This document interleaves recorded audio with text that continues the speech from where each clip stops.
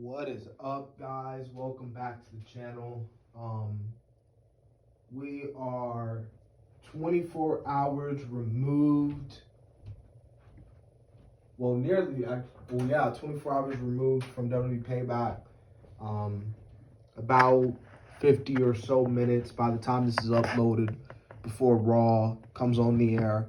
But man, what a pay-per-view, man. For a pay-per-view that had little to no build, most of these matches were just there. You know what I mean? This pay-per-view shocked me, bro. I was very shocked that this pay-per-view was good. It was actually really good. And you know what? Some would say it was even better than the SummerSlam card. Some would say, I'm not saying it was better than the SummerSlam card, but I'm just saying, like, this pay-per-view, knowing that you had a big four pay-per-view just a week ago, and here you are having another pay-per-view after the week, and you made it good, I have to give credit to the WWE for putting on, in my opinion, a really good pay-per-view. Enjoyable pay-per-view. Almost every single matchup was either good or, decent. I don't really have a bad match. The Keith Lee and Randy Orton probably wasn't the match.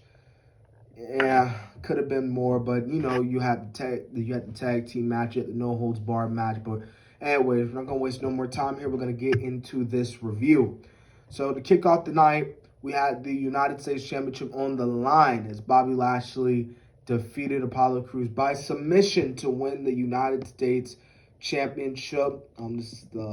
Bobby Lashley is the United States Champion. And again, good decision by, creative Vince on putting the U.S. Championship on Bobby Lashley. As much as I love Apollo Crews, I've said it in the predictions, they have done really nothing with Apollo Crews since he won the U.S. champion. And don't get me wrong, he was billed as his underdog, but I couldn't really take Apollo Crews seriously as champ. And the way they just booked him, in my opinion, just wasn't how a champion should be booked. When you look at all the champions, the only champion that's really been booked strong was Drew McIntyre, because before he got, while he was getting pushed to the main event, obviously to fight Brock Lesnar at WrestleMania, he was on a winning streak. He was dominating. And even after he won the belt, he still looked dominant. In his feuds, he looked dominant. In his matches, he looked dominant. When I look at Apollo Crews' reign, Apollo Crews didn't really look so much dominant. And it sucks because I like Apollo Crews, but then again, Apollo Crews not that good on the mic. He put on great matches. Don't get me wrong. If they say Apollo, go have a 4.5-star match class with Ricochet, he could probably most likely do it. But just your in-ring ability alone is not going to get you over here in wrestling. The problem with wrestling today is that most people believe that flips and super kicks are going to get you over in wrestling. And yes, don't get me wrong, the flips and kicks are good, but flips and kicks alone is not going to get you over. You know what I mean? If that makes any sense, it's not going to get you over.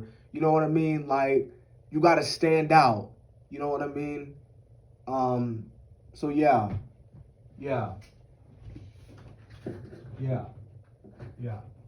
But anyways, so having Lashley win, good, gets more momentum for the Hurt Business, for Bobby Lashley in a way, after, him not being able to get the WWE Championship at Backlash or the night after Backlash. So this is really good for Lashley to win the United States Champion and make Lashley and the Hurt Business look like badasses in the process.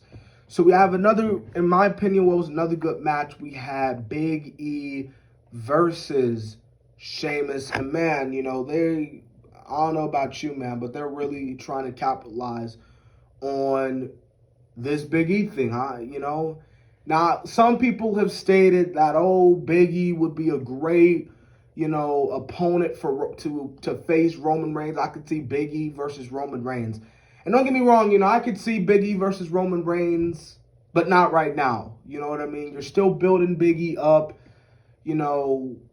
Have Big E, let Big E get some wins before he even gets to the WWE Universal Championship. But anyways, back to the real point at hand here. Booker T brought this up weeks ago, you know what I mean? And, about a month ago. So ever since, the New Day's been out and Big E has been starting his own little solo run, Booker T brought out an actually really good, interesting point that I actually agree with. What Big E should do is try to at least slowly break away from the New Day. You know what I mean? Because when you look at Big E now, he just looks like he's still a member of the New Day. He's still looking like a member of the New Day.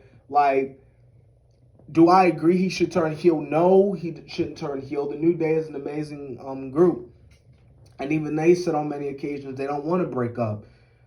Like, have Big E just be this underdog, this badass, you know what I mean? If you want to, let him bring back his old attire if you want to. Let him bring back his own theme song if you want to. I mean, you could still keep Big E as the face, but like, dude, if you're going to stand out and you're going to make a presence, you have to split away from your group. What made Seth Rollins more popular than he already was, and made him into the world champion that he was, he's had to split away from the Shield. And Rollins splitting for the Shield was not just good for him, it was good for all three, because it was good for all three to major into big stars. Ambrose became a star until he left the company and became John Moxley. Roman, obviously the star. Rollins, becoming the star. It's just like, bro, if you're going to make a name for yourself, and that was the only way Rollins was going to make a name for, he could have, if he wanted to, he could have made a name for himself and still been in the Shield, but it would have been even cooler if he broke away from the Shield and have his own identity. Ambrose having his own identity. Reigns still keeping the Shield attire, but having his own identity, if that makes any sense to anyone watching this video. So Big E gets the win, and yeah, momentum for Big E. And Sheamus, I really don't know what they're going to do with Sheamus after this. I don't know what they could turn him babyface, but no. Also, I don't know what they're going to do with Sheamus. So now we have Matt Riddle versus King Corbin. And guys, it was a decent match. So was the Big E and Sheamus match. Lashley and Paulo, it was. But Matt Riddle versus King Corbin, man, it was decent. It was a decent fight. Even though it was 10 minutes, Matt Riddle and, Corbin, it was pretty good. Matt Riddle getting the win, which was good. Is it just me, man, or is King Corbin, like, dude, ever since King Corbin lost the Roman Reigns feud, King Corbin has just been down in the dumps. The King is not looking like a king. You calling yourself King Corbin, brother. If you the king, then you should be the one main eventing. You should be the one winning the Universal Championship. But brother, in my personal opinion, man, King Corbin has got boring, and I've just really not cared about him really since ever since his feud with Reigns. And probably the reason why, because, with Reigns, being, the star, in the program, Corbin had something to do. But now it's like the feud with Elias, it was okay. And now this, it's just like,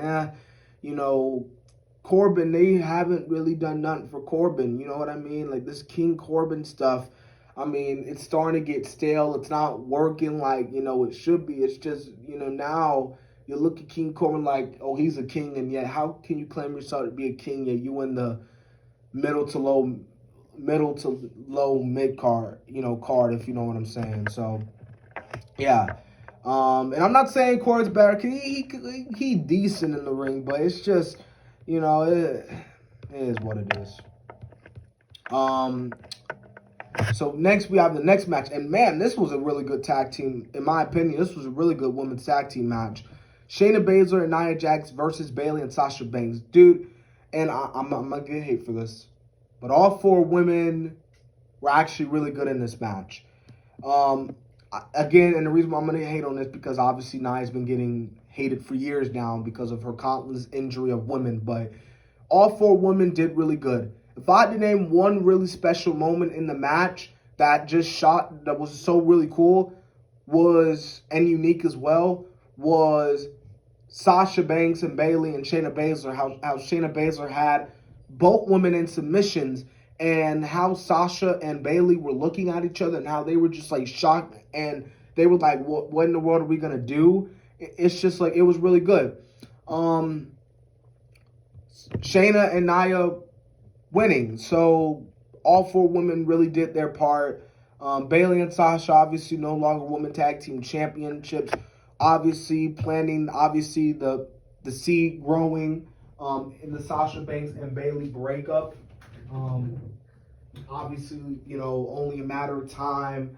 It's not a matter of, like, I don't know. All I know is Sasha Banks and Bayley are going to break up. It's not a matter of how or if they're going to break up. It's a matter of when they're going to break up. Are they going to break up next month or tonight on Raw or next month? And it's crazy because this is the match that everybody has been waiting for. And I wouldn't be surprised if they still stretch this out for another few months. WrestleMania, well, then again, WrestleMania. And I know some people have stated that, they should have their big match at WrestleMania. WrestleMania, that's months and months away. But then again, we waited 5 years. I mean, you fans can wait another 6, 7, 10 something months for another pay-per-view card, a fight to happen between Bayley and Sasha Banks.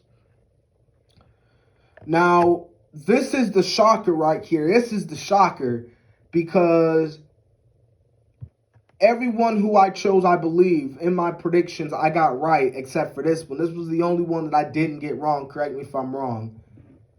Keith Lee defeated Randy Orton. And bro, it just wasn't how Keith Lee beat Randy Orton. He beat Randy Orton 6 minutes and 40 seconds. He beat Randy Orton. He beat the 14-time world champion. He beat WrestleMania main eventer, the legend killer, son of Cowboy Bob Orton. This man beat a future Hall of Famer, one of the greatest wrestlers to ever step foot in a wrestling ring. He beat Randy Orton. And the crazy thing is, some compare this to like Kevin Owens, how Kevin Owens and John Cena. But here's the difference between Keith Lee versus Orton and Kevin Owens versus John Cena.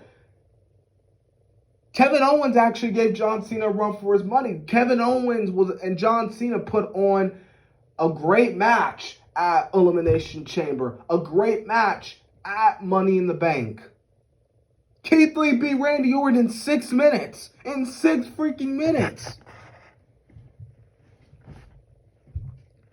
And the reason why this match, I felt like it could have went a little long. You know what I mean? It could have went a little long. And watching this match, Keith Lee didn't really get that much offense in, which is why I felt like that this match, number one, Keith Lee should have got a little bit more offense in. And number two, this matchup should have been just a little bit longer. But I was surprised that this match was 6 minutes and 40 seconds. Keith Lee just winning just shocked me out because I literally thought Orton was going. I thought they were going to put on a great fight, and Randy Orton was going to obviously win to get more momentum heading into his match, most likely against Drew at Clash of the Champions. Now, Dominic Mysterio and Rey Mysterio defeated Seth Rollins and Murphy. This by far match was match of the night, no kidding. Obviously, the whole thing going with Seth Rollins and Murray. Maybe the seeds can be planning for Rollins and Murphy to break up. But this was a really good tag team match. Dominic, once again, shocking at all of us. Dominic, really showing off Ray being good as well, Rollins and Murphy being good as well. These 4 men put on an amazing 16-minute tag team match. They got me hooked all throughout the match, from start to finish. This was a great match of the night, no doubt. Now the main event, no holds barred triple threat match for the Universal Championship. Roman Reigns obviously defeating The Fiend, Bray Wyatt, and Braun Strowman. Obviously, Roman Reigns signing the contract after the ring breaking, and Rollins, the ring breaking for like the 100th time. But then again, it's pretty cool. But yeah, man, this Roman Reigns, I've said it, having Roman Reigns winning. And I'm not going to go on another rant talking about how The Fiend's not buried. Just know that The Fiend is not buried, so to speak. He didn't get pinned. Strowman took the pin. The match overall, it was okay. But Reigns winning. Heel Roman. Paul Heyman. This is good for SmackDown. This brings them more heat. This brings them more fire.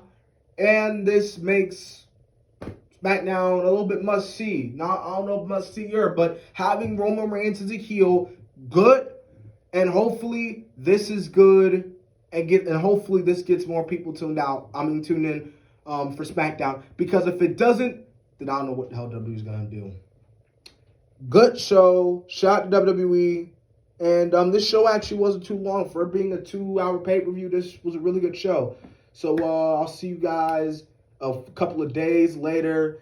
We got All Out this weekend, so obviously I'm going to have my AEW All Out predictions out this Friday, and if not this Friday, Saturday before the pay-per-view. So I'll see you guys then.